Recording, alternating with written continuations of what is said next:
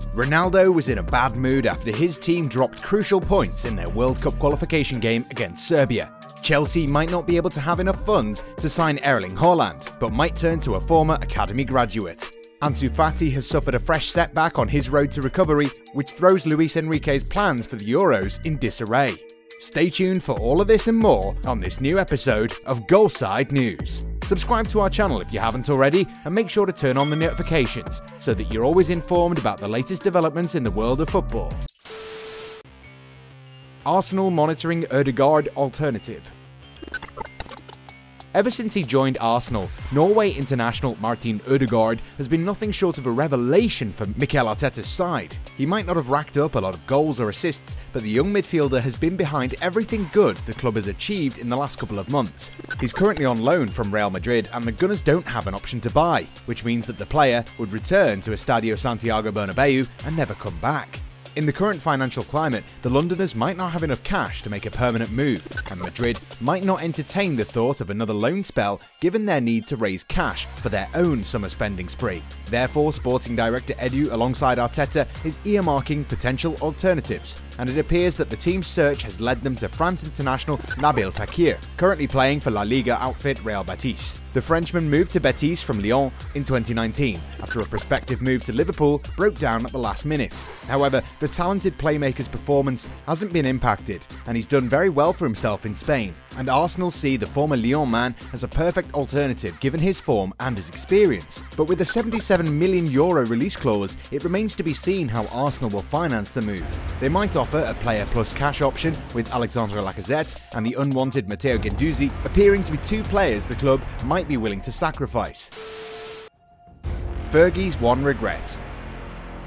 Under Sir Alex Ferguson, Manchester United transformed into a true behemoth that ruled football in England for over 2 decades. The great Scot guided the Red Devils to multiple league titles and 2 Champions League crowns before riding off into the sunset. The Scot experienced plenty of lows in addition to the highs though, and he's now admitted that he still feels guilty over disassembling one of his best squads at the beginning of the Premier League era. And while Fergie's happy with the time he spent at Old Trafford, he has one small regret. Throughout his memorable journey, Sir Alex had to make some tough calls, which also included saying goodbye to big-name players.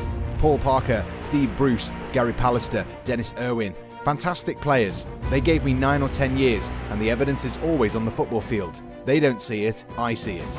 The problem for me is, what do I do about it? I managed to organise a move for them, and they did well out of it, but telling them is very, very difficult. The ex-United boss added the same when having to let young players go. The process was the youth coach and the welfare chap would come in with the player you're going to let go. Indeed, many players didn't want to leave the club, but no one can ever question Sir Alex's judgment, even though he had to make such calls for the greater good. It's definitely not easy being a manager. Kane urged to leave Tottenham.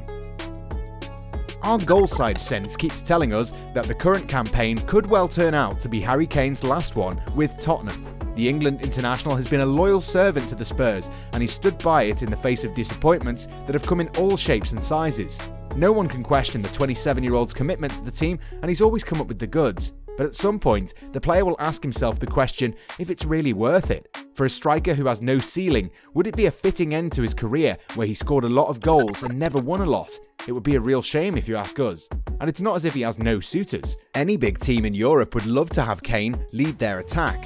The striker's already sort of hinted that he might consider a move soon, and former Tottenham striker Jermaine Defoe has urged his compatriot to not make the same mistake he made. Defoe also stayed with Tottenham for a long time and regrets that he didn't join another big club sooner. Indeed, Defoe could have won a few trophies if he'd decided to move to Glasgow a bit earlier. While speaking on TalkSport, the former England striker said that while it won't be easy for Kane to leave his boyhood club, it's imperative for him to make the right call. Of course, a player like Kane would want to win trophies and medals. What are the chances of him winning a lot of silverware if he decides to become a one-club man and stay? What do you think? Lukaku to return. Alright, so Romelu Lukaku's doing an amazing job at Inter Milan. The Belgian striker's goals have helped the Nerazzurri get closer to sealing their first Scudetto in over a decade, but perhaps he might be on the move again. It's common knowledge that the burly striker never got enough chances at Chelsea, which is why he moved to Everton before sealing another move to Man United. At some point, the striker might want to return to England to prove a point, especially after how the media ridiculed him in his last season in the Premier League. Reports in England claim that Chelsea are in fact keeping tabs on their former player and see him as an easier buy than Erling Haaland. The Norwegian striker is in every big club's wish list, and the Blues might not be able to win a future transfer battle. Therefore, it is a sensible course of action that they're already drawing up a list of alternatives, and Lukaku is a perfect one for that matter, since he has experience of playing in England, knows Chelsea, and has regained confidence at the right time. At the age of 27, Lukaku is certainly going to get even better, so Chelsea might take a punt this time around. But would Inter be willing to make a deal? Well, the Italian giants are in a financial mess, and they might be forced into selling a few of their players in order to balance the books. The likes of Lautaro Martinez and Achraf Hakimi have already been linked with departures this summer. Antonio Conte might not like the idea, but with the club's ownership not in a great financial shape, there's little the Italian tactician can do to have things go his way. Another setback for Barcelona wunderkind. A few weeks ago, we heard that the Barcelona teenage sensation Ansu Fati was on the road to recovery and could be fit in time for the last few games of the season and for the European Championship. Sadly though, El Mundo Deportivo guys became the bearer of bad news, stating that the youngster was struggling to sleep due to excessive pain in his knee. The teenage attacker has already gone through 2 different knee operations, but unfortunately, the meniscus is not healing. It's now being reported that the player could be set for a 3rd operation. This is a really serious matter, because at his age, players don't usually go through that kind of setback. Moreover, doctors mostly avoid conducting such procedures on young players. We don't really know what's going to happen in the next few days, but we can only wish the youngster a speedy recovery. And if he does go under the knife again, we're certain that he's going to miss Spain's Euro 2020 journey, which would be a real shame, since La Roja could have used his services for sure. A livid Ronaldo is not good for anyone. We understand that Cristiano Ronaldo is very competitive and he doesn't like losing one little bit. While some would call his actions churlish, we would just say that it's not easy to digest a defeat if you're mostly used to winning at all times. During the World Cup qualification game against Serbia, the Juventus forward thought that he'd handed his team 3 points. The goal did appear to be legitimate as the ball had crossed the line. Sadly though, the match officials didn't share the same opinion and ruled it out. The game ended in a 2-2 draw and Ronaldo reacted furiously at the final whistle, stormed down the tunnel after throwing away his armband. Throwing the armband was all the fuel detractors needed, who started criticising the veteran forward for his behaviour.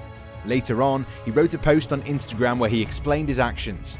Fernando Santos, the Portugal manager, agreed with Ronaldo's reaction and admitted that it's normal for a player to be frustrated after such a turn of events. The Portugal tactician further called UEFA to start using VAR to sort out such controversial decisions.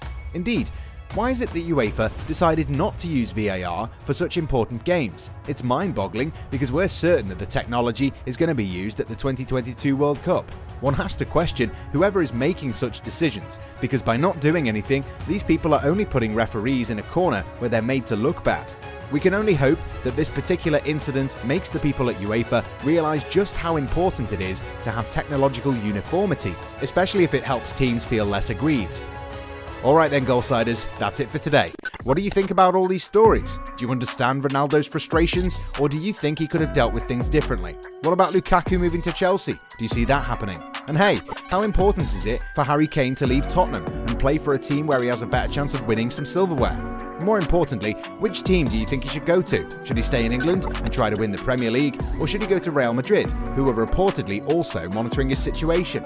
Let us know your thoughts in the comments, because you know, we always respond, and we absolutely love your take on all footballing matters. Until then, stay safe, live, eat and breathe football.